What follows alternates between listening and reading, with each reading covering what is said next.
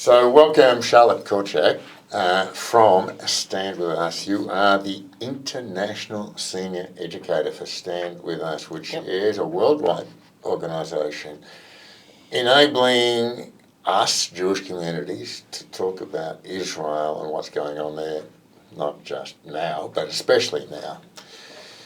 How did this all begin? How did Stand With Us begin? And how did this role must have just exploded in the last 12 months? Tell us a little bit about that. So Stand With Us was founded in a living room in Los Angeles in May of 2001. It came on the back of a really tragic terrorist attack in Israel, where two young boys, Kobe Mendel and Yosef Ishran, were murdered. They had decided to ditch school one morning, and they went hiking in the caves near where they lived. They lived in the Jewish community of Tekoa, which is in Judea and Samaria in the West Bank. And they were spotted by 5 Arabs, and they were backed into a cave, and they were beaten to death with rocks. Wow. And after that happened, and I should say it's a little personal for me, I had a lot of friends who were friends with Kobe. I was living in Jerusalem at the time. Yeah, and you were there then. Yeah. One of my friends was actually meant to go with them that day. They invited him to go with him, and he decided to go to school instead. So a little personal for me, and I didn't know this until I joined up with Stand With Us many years later and heard this story. But after it happened, there was an article printed in the LA Times that essentially said something to the effect of, well, yeah, this is sad, but didn't these boys kind of have it coming? Didn't they deserve it? Right. Given, where they were living and the stolen land argument. And this triggered something in the woman who created this organization, who said, there is a problem if there are people out there who can justify the just horrific murder of two young boys. They were in their early teens. And she went to Jewish organization, and said, who's doing something about Israel education? And they said, well, it's just not part of our mission. She said, okay, well, it needs to be somebody's. Yep. And within a couple of weeks, they had gathered together a group of their friends in their living room and said, we need to do something about this. And they created Stand With Us. And that was in May of 2001, excuse me. Right. And now, 23 years later, we've expanded onto 6 continents. We have offices in the US, in Canada, in Brazil and Argentina, in the UK, the Netherlands, South Africa, and now we just opened in Australia in the last 2 years. Thank goodness. Yes. And there's never been a time where we've needed it more. You no doubt are well aware of what's going on at university campuses around this country, that we're trying to have an inquiry into what's happening on university campuses. And that's really where it started. It started on university campuses. Stand With Us began as an organization that was helping specifically university students. But then we started to realize as time went on that it starts younger. We had to go younger. We can't just get them when they're at university and start to teach them when they're already facing anti-Zionist, anti-Israel rhetoric. And so then we launched a high school department that now in America we have both an Emerson Fellowship, which is our campus fellowship, which we also just brought to Australia. And that's what you went through. I went through. I joined the first cohort of the Emerson Fellowship back in 2007. And then about 5 years later, 2012, we launched the high school internship. That's now the Kenneth Leventhal High School Internship in America. And that expanded into Canada as well. And then as time went on, we also created a middle school curriculum called Israel Link, which is really geared towards middle school students. And so we realized you gotta keep going younger. You got to go older. I was going to say, you got to go older as well. Because, of course, parents. As a Jewish radio station, we feel an obligation to be familiar with these arguments. Yeah, and then really, so what Stand With Us became was just an address for education on Israel for any audience. It could be young people, old people, anybody in between who want to be educated and understand Israel better and be able to go out there and tell Israel's story and help other people understand Israel. And then, unfortunately, in the last 7 years, we started to realize that while we were fighting anti-Zionism, right, which of course is a form of anti-Semitism, but it is veiled as, I'm not against Jews, I'm just against Zionists. Yes. We also started to see just a rise in just outright anti-Semitism, which had really been kind of hidden for a long time in the post-Holocaust era. And so we also launched a Center for Combating Anti-Semitism and added to our mission not just education about Israel, but also combating anti-Semitism through education as well. Let's get to this issue of defining Zionism there, which you started with in your talk yesterday that I was at, because the pro-Hamas people will tell you that Zionism is this modern political, it's only been around 100 years, it's this modern political movement to steal the land from the Palestinians. How do we tell the real story about what Sure. Zionism is and why it's so intrinsically linked with Yeah. Judaism. So let's define modern Zionism. Modern Zionism is the belief in a Jewish state in the land of Israel. Now, why that's modern Zionism is because for a long time, what was a state? What was a country, right? We lived in a world of imperialism. But when we saw the rise of nationalism, of the idea of a nation state, the Jews said, this makes sense. Let's take our ancient Zionist beliefs and let's merge them with this modern Zionist or this modern idea of nationalism. And what we got was modern Zionism. And I'm going to repeat the definition again. The belief in a Jewish state in the land of Israel. Now, when I say it merged with ancient Zionism, what was ancient Zionism? Well, let's go back to the first exile of the Jewish people by the Babylonians in 586 before the Common Era. Jews were exiled from their land for really the first time. Now, some Jews always lived in that land, but most were sent into exile. And a liturgy began that started to talk about our yearning to return to our land, right? So we have the Psalms and the song, right? Our prayers. The Babylon, right? By the rivers of Babylon, right? We all know the song. But we know the psalm that says, if I forget Jerusalem, it's as if I have forgotten my right hand. And what we started to see being fused into our traditions was this idea of we are meant to be in Zion. We are meant to be in Israel, in our home. And so Zionism as an idea of Jews yearning to return and returning when they could to their home became a core part of Judaism. So after the destruction of the Second Temple by the Romans, where there's yet another exile of the Jewish people, there's no more temple service, and our rabbinic leaders started to infuse, again, this return and this remembrance of Jerusalem into our traditions. So at the end of every Passover Seder, we all know that we say, Next year in Jerusalem. At the end of our Yom Kippur service, we say exactly the same thing. We blow the shofar and we say, next year in Jerusalem. At the end of a wedding ceremony, right? At a moment when Jews are supposed to be at their happiest. Two people coming together, becoming one, becoming whole. We are commanded to take a moment and to say that psalm, Im ishkachech Yerushalayim tishkach yemini. If I forget Jerusalem, it's as if I've forgotten my right hand. And we break a glass to remember that while these two Jews might be whole, we, the Jewish people, are not whole because we are not home and we don't have sovereignty in our land and we don't have our temple. So the idea that you could separate Zionism from Judaism is a ridiculous notion.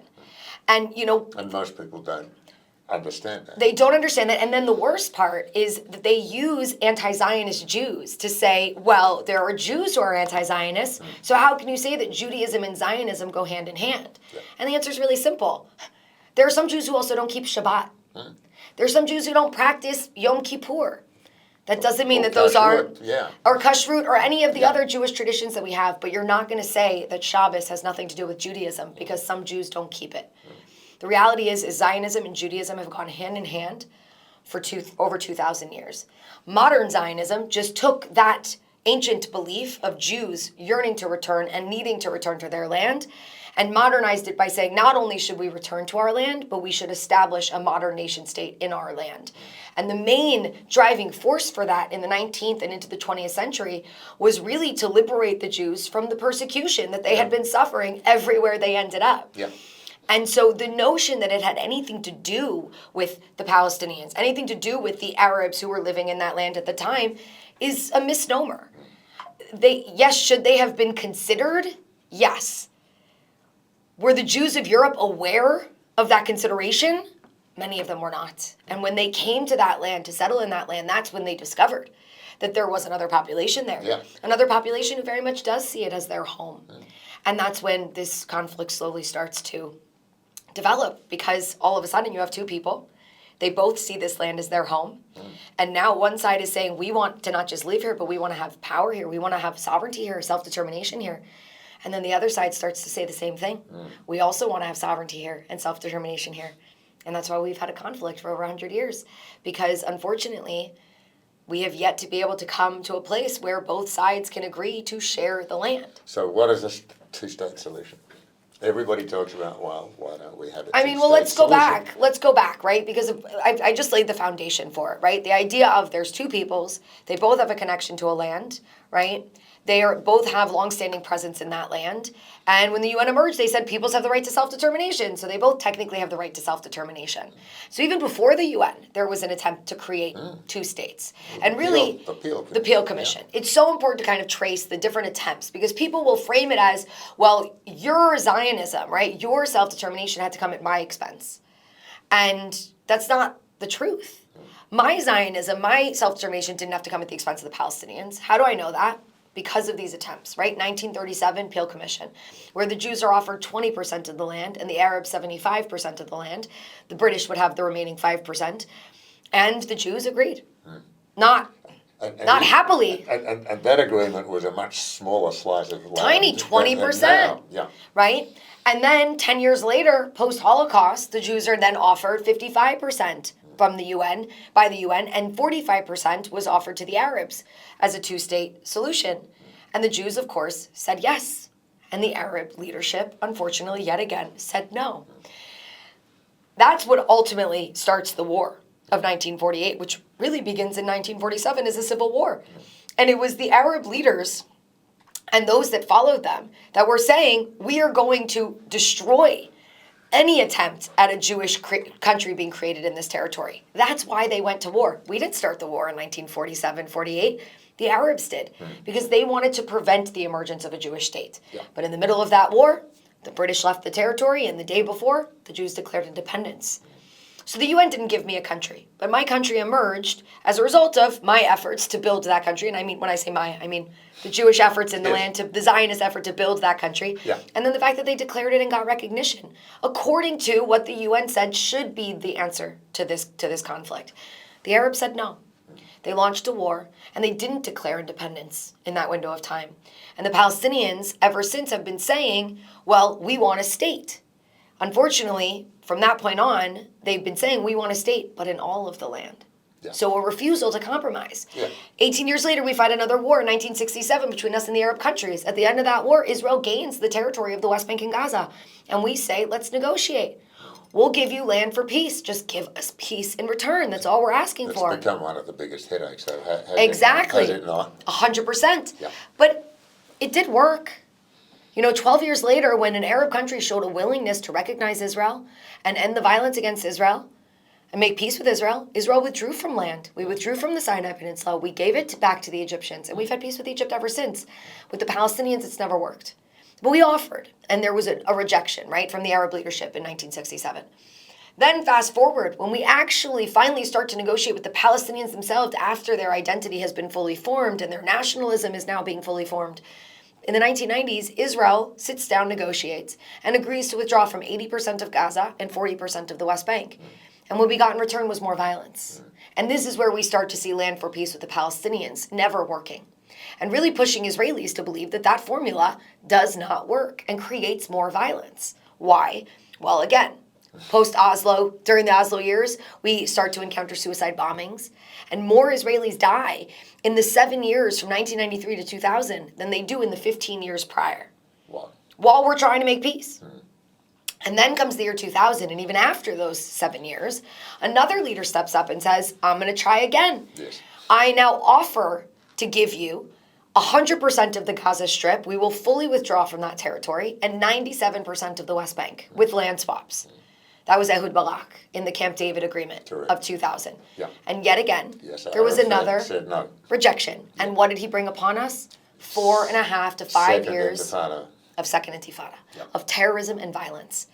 And then, even after that, Israel willingly, voluntarily, without an agreement from the other side, decides to withdraw from the Gaza Strip entirely in 2005. And look at the Gaza Strip. Right? And look at what happened. Yep. And then, even after that, even after we pulled out of Gaza, after in June of 2006, Hamas infiltrates into Israel and kidnaps an Israeli soldier, Gilad Shalit, and holds him hostage for 5.5 years. In that window of time, after then a year later, Hamas takes over Gaza in June of 2007. A year later, our Prime Minister Ehud Olmert still makes another offer. This time to the current president of the Palestinian Authority, Mahmoud Abbas. And he says, I will give you 100% of Gaza, which we've already withdrawn from, and I'll give you 100% of the West Bank with land swaps. And I will even build a tunnel, yes, a tunnel, to connect the two territories so your country will be contiguous. And I'll even give you a shared capital in Jerusalem.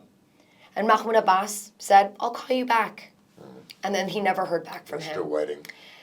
And then the situation in Gaza deteriorates with Hamas in control. And there's a big history to be told there, which I won't go into. But the reality is, eventually what's dealt to us is the worst massacre of Jews since the Holocaust on October 7th, 2023. Yeah. So the history of the attempts by Jews in the pre-state era and then by Israelis in the post-state era, in the current state era, to try to make peace has almost always come with more terrorism to follow. Yep. And that's why so many Israelis right now, they call it a two-state delusion. Because they just don't believe it's possible. So where do we go next? I mean, you talked yesterday. I shouldn't keep referring to yesterday's talk. It's okay. About, it needs a conversation. Yeah. Where do we go to? How do we start that conversation? And who do we have that conversation That's with? great. I mean, Yeah. that's. Yeah. I mean, we've tried for 100 years to have that conversation. Right. Well, I think it's different, right? In the diaspora, it's different. In Israel, we're trying to have the conversation with our neighbors, and that's hard because we don't communicate. We don't really talk to each other. Israelis don't know Palestinians. Ever since the Oslo era, we separated from each other. And you'll be hard-pressed to find young Israelis who've ever met a Palestinian. Really? And, oh, yeah. Okay. Oh, yeah. And older Israelis will have only met a Palestinian sometimes in the context, the older of the younger, if you will, right? Anyone who was alive in the pre-Oslo years of the 80s into the early 90s would have known Palestinians. Yeah. Anyone born after that, the only time you'll start to come across Palestinians, and not Arab Israelis. Let me be very clear, not Arab Israelis. I understand. I'm trying to make that distinction, though. Palestinians. And the only time that you'll come across them is when you're in the army, which is not exactly the right context within which to get to know each other, right? But I thought there was an interchange of people, especially in southern Israel with Gazans. 100%. I mean, there were always peaceniks in Israel. So they did know. Those are the people who made the effort. Yeah. Those were also older people. Those were older people who knew the Gazans before we had withdrawn from Gaza. Right. Right? So again, that's why I'm saying older Israelis versus the younger generation. Okay, so that's in Israel. We have to somehow find a way to bridge the gap. And actually, why I mentioned Arab Israelis is, funny enough, there was a poll that just came out of Israel that I really recommend everyone look into. It was a poll done by the PCPSR, which is the Palestinian Center for Policy and Survey Research, the PCPSR. So it's pcpsr.org. Right. And it was done in conjunction with Tel Aviv University. And this is a very well-known pollster. I know him personally, Dr. Khalil Shikaki, and others who assisted him on the Israeli side. And it is incredibly enlightening. I mean, it's tragic, and there's elements that will just break your heart. There's elements that might give you a little bit of hope. But one of the interesting pieces was Arab Israelis were the most hopeful of anybody. And that's interesting because I think it's because they've lived under Israel and they understand that Israel's not their enemy, that Israel has given them a lot of rights and a lot of opportunities. Now, don't get me wrong, they still experience racism, and we need to really work in Israel to continue to minimize it. But still, the opportunities that they've been given are unmatched compared to what the Palestinians have been given by their own leadership. But they also speak Arabic, and they understand the Palestinian plight, and they understand to a certain extent where Palestinians are coming from. And they could really be the bridge. Now, that's there. Let's put that aside, because we're talking about here. When you talk here about who am I supposed to talk to, so first of all, I would say there's one group that you absolutely should not be engaging with. And that's with people who are closed-minded anti-Zionists, okay? And I want to clarify, I would not call these people pro-Palestinian. Their activism is usually not in any way benefiting the Palestinians. I'm talking about people who will say outright, no matter what you do, no matter what you say, Israel should not exist. And I will never support a Jewish state, period. Yep. Those people, if they are fully closed-minded, why are you bothering? This is your 5%. I call them the 5%, the anti-Zionists, right? Now, hold on. The only time to engage with that audience, once you've figured out that they're there, right, you have to have the conversation with somebody to know if they're the anti-Zionist. But once you've put them in that place, the only reason to engage with them is if other people are watching, okay? And then you can influence the people around you. So when I go to college campuses, very oftentimes, anti-Zionists show up to my lectures, and they'll argue with me. And I respond to them, but I know that by responding to them, I'm not actually going to influence them in any way. No. But I could influence anyone watching. All the other people sitting in that lecture hall. So that's your 90%. So that's my 90%, right? Okay. So you've got the 5% on one side, the anti-Zionists. You've got the 5% on the other side, the Zionists. And we've already defined that, right? Anyone who believes in a Jewish state in the land of Israel is a Zionist. And then you've got the 90% in the middle. The 90% is usually characterized by people who don't know, are uninformed, don't care, are apathetic, or are misinformed. And that is the largest audience, especially amongst the younger generation. And they're being misinformed by social media. And sometimes that's backed up by mainstream media. And which was a question I was going to right, put to which you. we can talk a little bit about. But I think I know you're focused on people education, having discussions yes. rather than media. But we're a media organisation. Yeah. What's our role then? Because if we can reach some of that 90%, because they're hearing a lot from sort of mainstream modern media, and it's not always very pleasant. Right. I think what anybody who is in the media right now needs to be doing is they need to be fully honest. And I don't think we do that. I think we tell a narrative. Now, there's a great article written by Mati Friedman, who used to be a journalist for the AP and is still a journalist and writes for different publications. He wrote an article back in 2014 during the Operation Protective Edge that we had in Gaza. I think it's called Why the Media is Biased Against Israel. It's very easy to look up. Mati Friedman, Why the Media is Biased Against Israel. I believe it was written in The Atlantic. Okay. And he explains that what the media has done is they've needed to simplify the story, right? Because you're a media person, you know, you have a short amount of time to tell a story, right? And you want headline short. And you need the headline short and sweet, right? Well, we need a simple narrative. And then there was a narrative that really has emerged in the world, an idea that has taken over, which is the idea of separating the world into two categories, the oppressor and the oppressed, the powerful one and the victim. And when you look at Israel, if you're going to just create a good guy and a bad guy, well then, the good guy is going to be the Palestinians, because if you just look at it on the surface, they're the victims. They don't have any power, right? And if you look at the Israelis, they're strong and they have power. And so they're going to be in the category of the oppressor. But that's not how the world works. The world is not just divided up into two categories of oppressor and oppressed. The world is way more complicated than that. And so what the media tends to show, because they're buying into this narrative, what they will show of Israel is just the Israeli military, strong, mighty. And then they'll show the innocent Palestinians, right? And who are we missing? The innocent Israelis. Who, I mean, I had actually made this comment on the Shabbat right before we found out that Hirsch and the other 6 hostages had been executed. And I said to somebody, you know, I read the AP almost every day to try to see how they're reporting on Israel. And even when they're talking about hostages, in a headline, the photo will always be a photo of suffering in Gaza or of soldiers.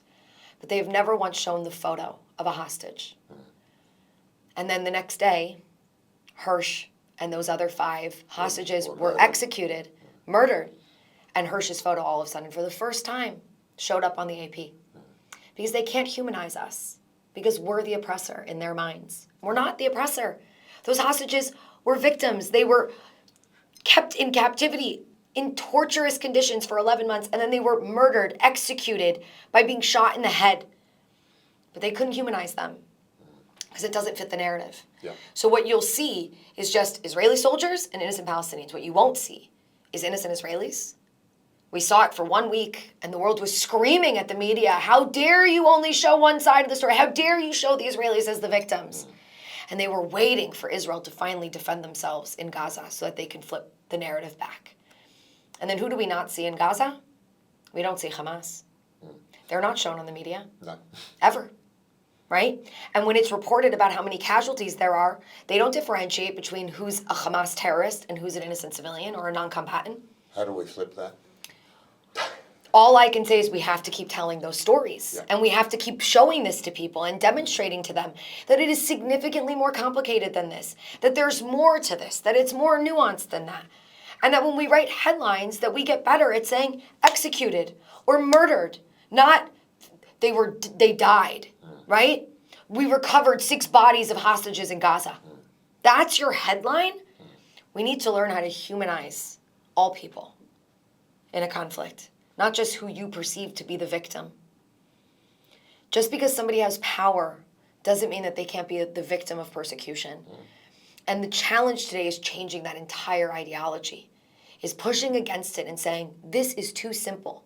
And ultimately what you're creating, and this is the tragedy of it, is what you're creating is a reality where I have to choose. Do I want to be an oppressor or oppressed? Do I want to be the victimizer or the victim? And that doesn't work for the Jews. Because the Jews, we never want to be the victim. Because victimhood is dangerous.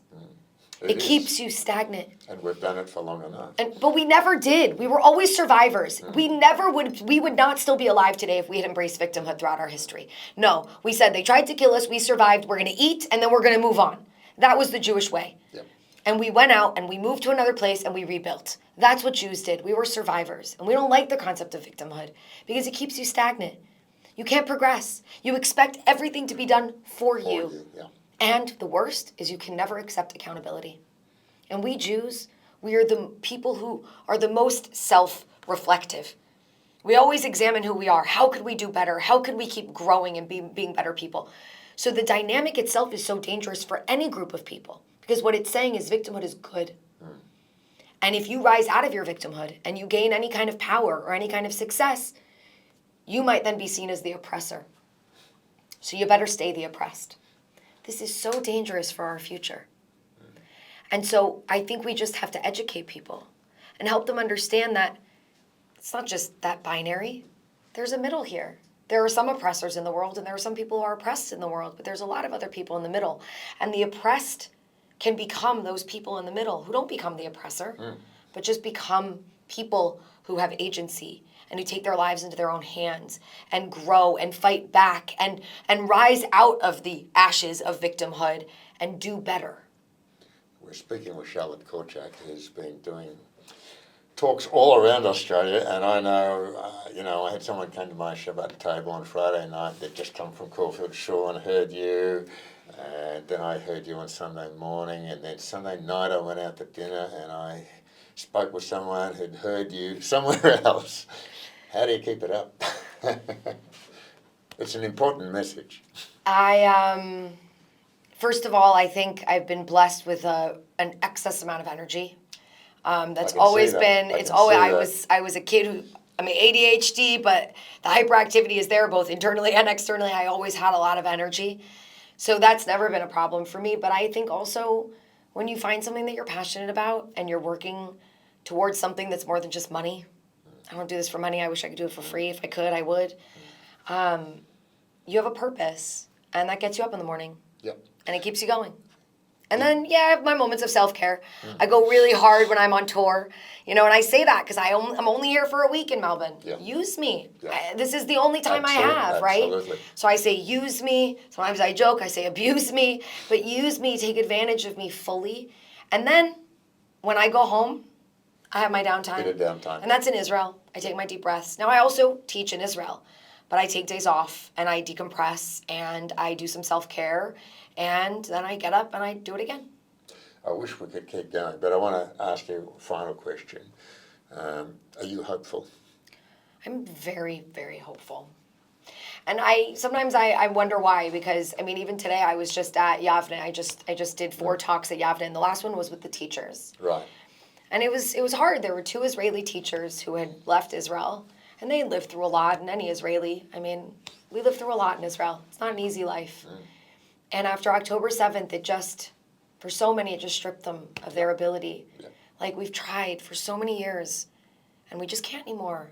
Where's the hope? There's, and I get it. And so you would think, after hearing that day after day, that I would be losing hope.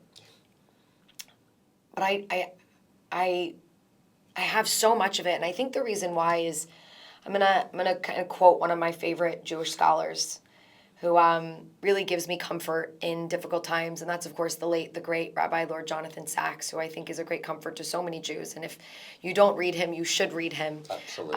It's just, the wisdom is endless, and it will bring so much strength to you and so much good in your life. And one of the things he sharpened for me was this idea of hope versus optimism. Because I've never been an optimist. I would never have called myself an optimist. But some people see me and they say, she's really optimistic. I'm not optimistic. And I think the reason why I never liked that is because I think what Rabbi Sachs says is not I think, but optimism is passive. People who are optimistic just sit back and think everything's going to be okay. I never think that everything's going to be okay. If I sat back, I think the world's going to burn down. But hope is active. Hope is something you work towards. And I'm lucky enough that every single day I get to stand in front of people who show up. People who showed up yesterday and sat through a 4-hour seminar, right? And every time I go out, and then last night, 70 kids, Scopus alumni, teenagers, young adults in their 20s show up on a Sunday night to come hear somebody talk about Israel and teach them, and they do it voluntarily. And so I have so much hope because I watch every single day people being active. They show up. How can I help? What more can I do? How can I learn how to do this better? And then I'm lucky. I'm lucky that every day my job is action for the Jewish people and for Israel. And so my hope is reinforced. And so this is my message to anyone who in those moments feels hopeless. I always say, if you ever feel hopeless, just do something active. Do something active for the world, for the Jewish people. Say a prayer for our hostages. Bring them home. Say it out loud. Put that energy out there. Go do an act of kindness, wearing a kippah or wearing a Jewish star, showing the world who we really are. Go out there and have a conversation with somebody about who we are. What's the Jewish story? And the more active you are, the more hopeful you'll be. So I have a lot of hope because I get to be active every day. Charlotte, thank you for being with us and sharing your hope and your knowledge. My pleasure. Thank you so much for having me. Okay, pleasure.